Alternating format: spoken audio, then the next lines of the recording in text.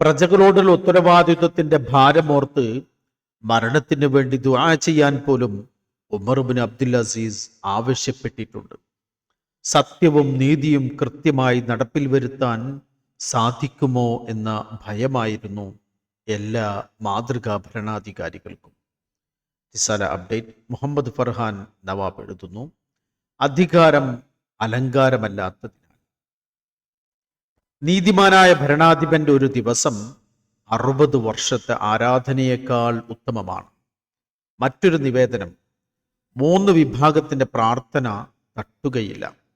നോമ്പുകാരൻ, നീതിമാനായ ഭരണാധികാരി, ആക്രമിക്കപ്പെട്ടവൻ. നീതിയും തുല്യതയും മുഖമുദ്രയാക്കി ഭരണം നടത്തുന്നവർക്ക് അർശന്റെ തണലുണ്ടെന്നാണ് ഒരു ഹദീസിന്റെ താല്പര്യം. അക്രമിയായ ഭരണാധികാരികൾക്ക് കഠിന താക്കീതുകളും ഇസ്ലാമിക ഭരണാധ്യാപനത്തിൽ വായിക്കാം. അവർക്ക് കഠിന ശിക്ഷ അഭിമുഖീകരിക്കേണ്ടി വരും. ജനങ്ങളിൽ ഏറ്റവും ദുഷിച്ചവർ അവരാണ്. തന്റെ ദുർഭരണം വരുത്തിയ ആഘാതത്തിന് പാത്രീഭൂതരായവരുടെ എണ്ണം കണക്കെ ശിക്ഷയുടെ കാഠിന്യം കൂടും. ഒരു നിവേദനം ഇങ്ങനെ: ഭരണം ഖുറൈശികൾക്കുള്ളതാണ്, കരുണ തേടിയാൽ ലഭിക്കണം. വിധിക്കുകയാണെങ്കിൽ നീതി പാലിക്കുകയും വേണം. ഇത് അംഗീകരിക്കാത്തതിനാൽ അള്ളാഹുവിൻ്റെയും മാലാഖമാരുടെയും എന്നല്ല സർവ മനുഷ്യരുടെയും ശാപം അവർക്കുണ്ടാകും. അവരുടെ ഒരാരാധനയും സ്വീകാര്യമല്ല. മറ്റൊരിടത്ത് ഇങ്ങനെ കാണാം: എനിക്കു ശേഷം ചില ഭരണാധികാരികൾ വരും. അവരുടെ കളവിന് അംഗീകരിക്കുകയും തെറ്റിനെ സഹായിക്കുകയും ചെയ്യുന്നവർക്കും എനിക്കുമിടയിൽ ഒരു ബന്ധവുമില്ല. അവരെൻ്റെ ഹൗലിൻ്റെ അടുക്കൽ വരാൻ യോഗ്യരല്ല. എന്നാൽ അവരുടെ കളവിനെ അംഗീകരിക്കാതെ അക്രമത്തിന് സഹായിക്കാതെ നിന്നവരും ഞാനുമായി ബന്ധമുണ്ട്.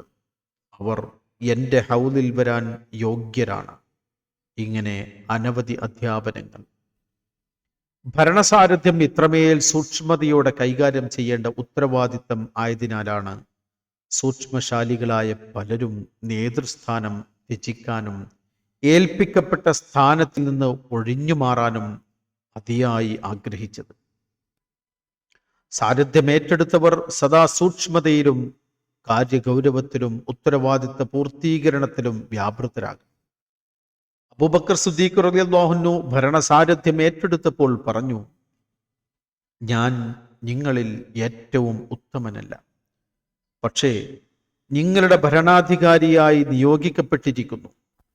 നിങ്ങളിൽ ബലഹീനരാണ് എൻ്റെ അടുക്കൽ ശക്തൻ. അവരുടെ അവകാശം ഞാൻ നേടിയെടുക്കും. നിങ്ങളിൽ ശക്തന്മാരാണ് എൻ്റെ അടുക്കൽ ദുർബലർ. അവരിൽ നിന്ന് ബാധ്യതകളെ പിടിച്ചെടുക്കും.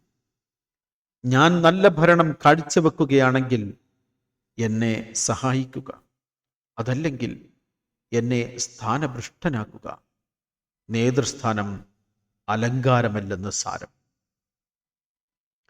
നീതിയുടെയും സത്യത്തിൻ്റെയും സൂക്ഷ്മതയുടെയും പര്യായമായ ഉമർ റളിയല്ലാഹു അൻഹു പറയുന്നു, ഭരണത്തിൻ്റെ ക്ലിഷ്ടതകൾ മനസ്സിലാക്കിയാൽ ആരാണതിന് തയ്യാറാകുക?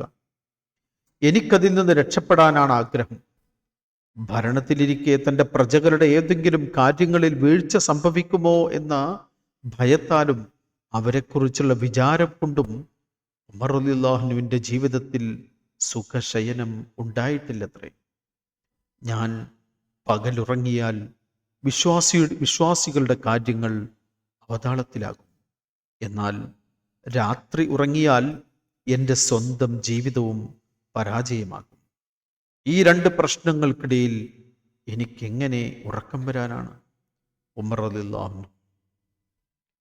പൊതുഖജനാവിൽ സമ്പത്ത് അധികരിച്ചാൽ 4ാം ഖലീഫ അലി റളിയല്ലാഹു അൻഹു എല്ലാവരെയും വിളിച്ചുകൂട്ടുമായിരുന്നു. ഒരു വെള്ളി നാണയം പോലും ബാക്കിയാക്കാതെ വിതരണം ചെയ്യും. എന്നിട്ട് ആ സ്ഥലം അടിച്ച് വൃത്തിയാക്കി അവിടെ നിസ്കരിക്കുമായിരുന്നു. തുടർന്ന് പറയുമത്രേ, സമ്പത്ത് ഒരുമിച്ച് കൂട്ടുന്നവനായി എനിക്കെതിരിൽ സാക്ഷിയാകാനിരിക്കുന്ന ഈ സ്ഥലം എൻ്റെ നിസ്കാരത്തിനും സാക്ഷിയാവട്ടെ. 5ാം ഖലീഫ എന്ന പേരിൽ വിഖ്യാതനായ ഉമർ ഇബ്നു അബ്ദുൽ അസീസ് റളിയല്ലാഹു അൻഹു ഭരണമേറ്റെടുത്തപ്പോൾ വീട്ടിൽ വലിയ ബഹളവും കരച്ചിലും കേൾക്കാമായിരുന്നു. കാരണം ഇതായിരുന്നു: ഞാൻ നിങ്ങളുടെ അടുത്ത് വരാതിരിക്കാം, നിങ്ങൾക്കെന്നെ പിരിഞ്ഞു പോകാം, ഏതും നിങ്ങൾക്ക് തിരഞ്ഞെടുക്കാം എന്ന് അദ്ദേഹം ഭാര്യമാർക്കും അടിമ സ്ത്രീകൾക്കും ഇഷ്ടം തിരഞ്ഞെടുക്കാനുള്ള സ്വാതന്ത്ര്യം നൽകി.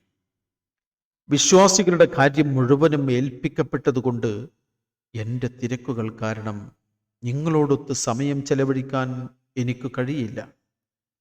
അവർ പക്ഷേ അദ്ദേഹത്തിൻ്റെ കൂടെ തന്നെ നിൽക്കാൻ തീരുമാനിച്ചു.